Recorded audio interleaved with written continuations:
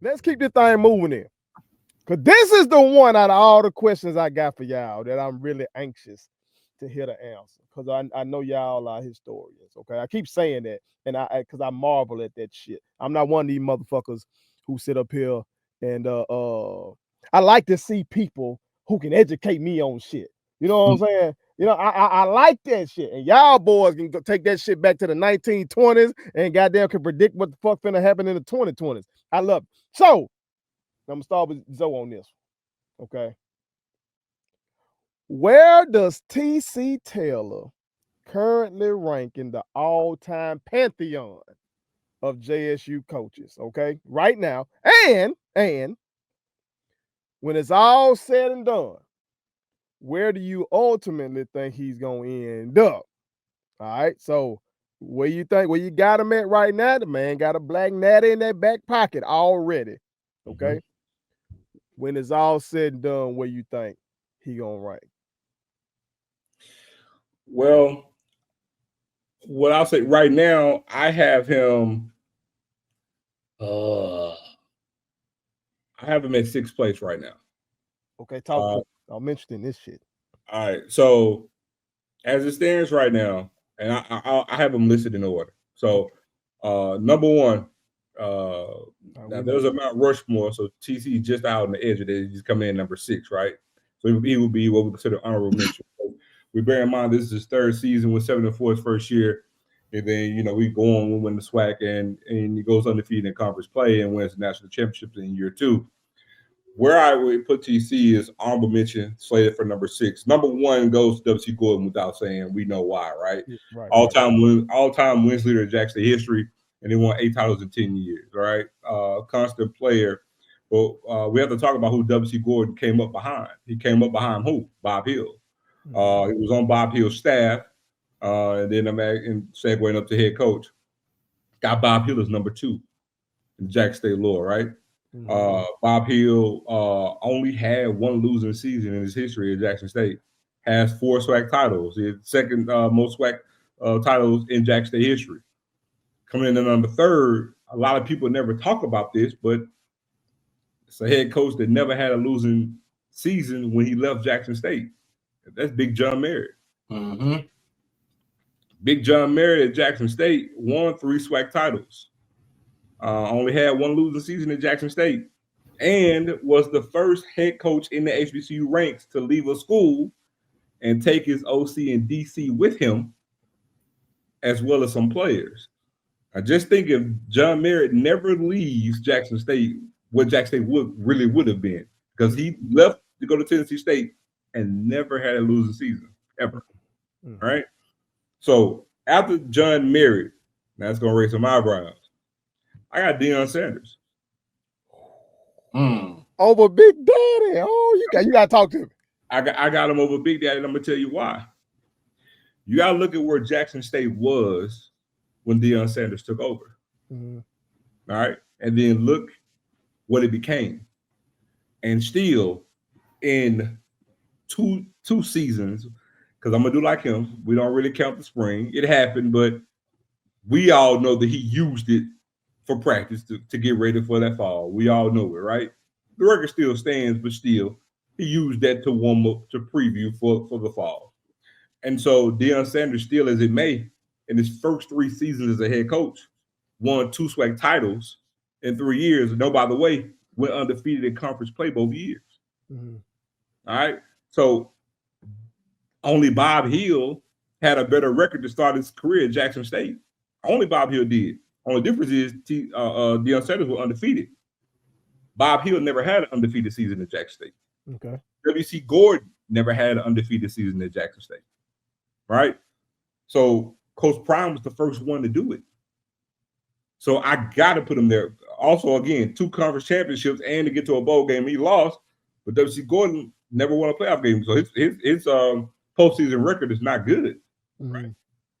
Be as it may. And then, like I said, coming at 5, I got James Big Daddy Carson. Now, I want to say something to you. Outside of Deion Sanders, the lineage goes like this. Bob Hill, segue to W.C. Gordon, segue to James Carson. And those 3 coaches are in you know what I'm saying, right there in the pantheon of greats of Jackson State football, and they were all on each other's staff. That's how that tree was. So when you talk about Judge, right? Judge comes from the Bob Hill tree. Mm-hmm. So you think about all that winning Jackson State did, because Judge, no matter how people feel about him, Judge coached 4 seasons at Jackson State and never had a losing record. Sure did. With 7-4, 4 straight years. And that still comes from under the Bob Hill tree. So where I would put TC is number 6. Now, here's where things get interesting. TC Taylor wins the SWAC this year, wins the Celebration Bowl this year. Talk to me. I put TC at number 4. Now he's on the Mount Rushmore. Now I'll tell you why. Okay. TC Taylor will have won 2 conference titles in his first 4 seasons, 2 national championships. He surpasses Deion Sanders because he would have tied Deion Sanders in conference titles, but he got 2 national championships on his resume. So he leapfrogs Deion Sanders at that point. Okay. And the only people that he's looking up to, Big John Merritt, Bob Hill, and W.C. Gordon. Now, Bob Hill is there because he would have had 2 more conference titles over TC. But TC's record, and let's just say, for example, let's say we mirror last year, right? Let's say the difference is we have 11 games. Let's say we go 10-1 in the regular season, win a SWAC championship game, that's 11-1. Win a national championship, you're 12-1. Take 12-1 to what we did last year. In 2 years, TC will have won double-digit games in his first 3 seasons. I'm sorry, in his first 3 seasons. Bob Hill didn't do that. W.C. Gordon didn't do that. James Carson didn't do that. Big John Merritt didn't do that. Now, to your last question, where do I think he can go? It's a 2-part answer, and I'll tell you why. Because of the landscape of college football right now, we don't really have coaches staying at one place 10 plus years. Okay. So I'm going to say my first answer is that TC will probably end up being the 2nd greatest coach in Jackson State history. But a caveat to that, and I'll go on a limb and say, if TC Taylor coaches at Jackson State for 12 years or more, he will no doubt become the all-time winningest coach in Jackson State history. This man making news up here today.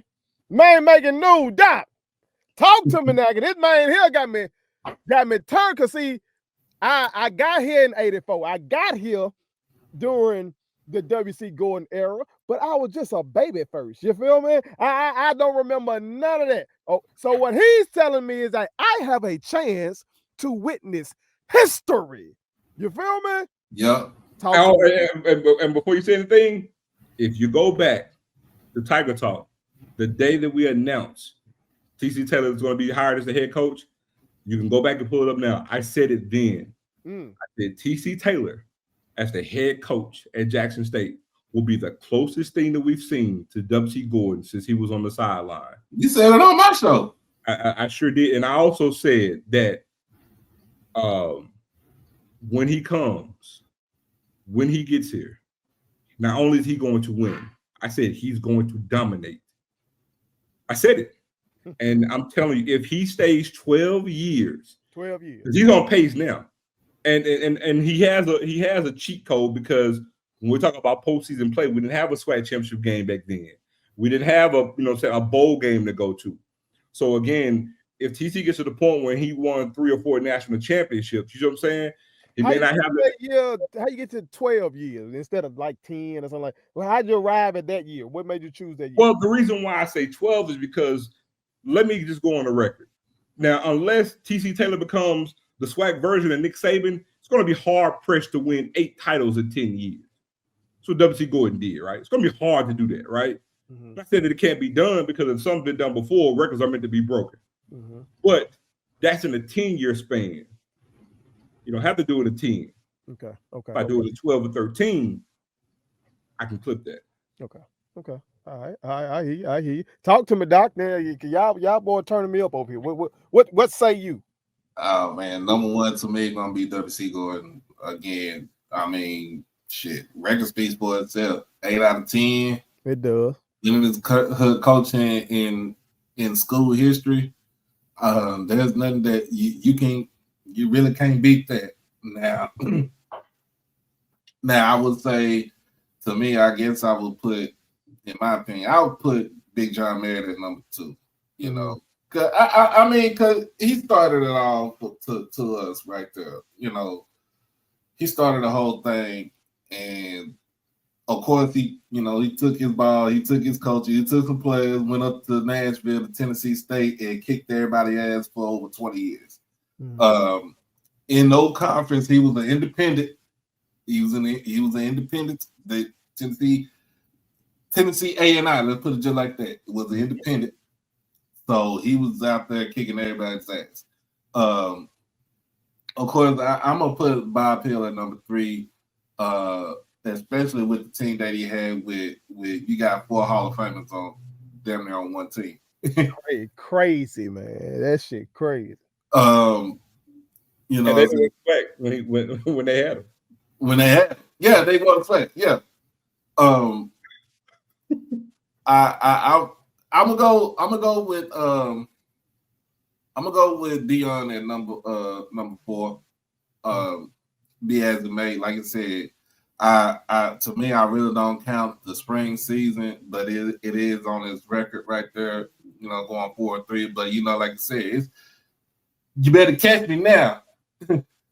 That's what he said. That was his words. That's what he said. He said, you better catch me now, because when the fall comes, it's gonna be, you know, like you said, to me, I said it's gonna be hell on earth. And when he came back with that souped up roster, hey, it's like a Ferrari going down it, you know what I'm saying? Ferrari just driving, just cruising. And then the second year, you know, going undefeated, and getting to the Celebration Bowl. But the only knocks on him is that he didn't win the chip in both of those seasons. Do y'all think, because I know what some real ones gonna say, because hell, I'm thinking it, you know, because Big Daddy Carson got the national championship. But do y'all think if we were still under that old model of the media picking it, do you think the media would not have given us the national championship? You know, I'm sure we were favored going into those Celebration Bowls, you know what I'm talking about? And it's Deion Sanders as our coach. You think if we were under that old model that he would have ended up with 2 black national championships? If it was picked by the media, like if the Sheridan was to pick, but you know, was to be picking, yeah, they probably would have picked us. They probably would have said it'd been the co-national championship. Well, you guys do know that we technically still won a championship in 22. You do know that. Oh, yeah. That's the reason why we got 5. Hold on, what we doing here? We ain't doing what fam you and them did. No. We're not giving it to ourselves. Okay. We technically still won a championship through a publication in 22. Really? What publication was that? I'm unsure, but it's I can pull it up. I can pull it up. I can pull it up and actually tell you. See, we got so much pride. We don't even do what these motherfuckers did. We don't. I just saw one of these PWIs. They up here, what is it? Auburn claiming some shit from back in the 40s and 50s. I just saw that came out. Okay. But then I go with Big Daddy, and then I go with TC afterwards. Okay. Big Daddy coming in after, you know, W.C. Gordon and doing what he doing, especially during the rise of Southern under Pete Richardson. And he still had to deal with the legendary Eddie Robinson over at Grambling.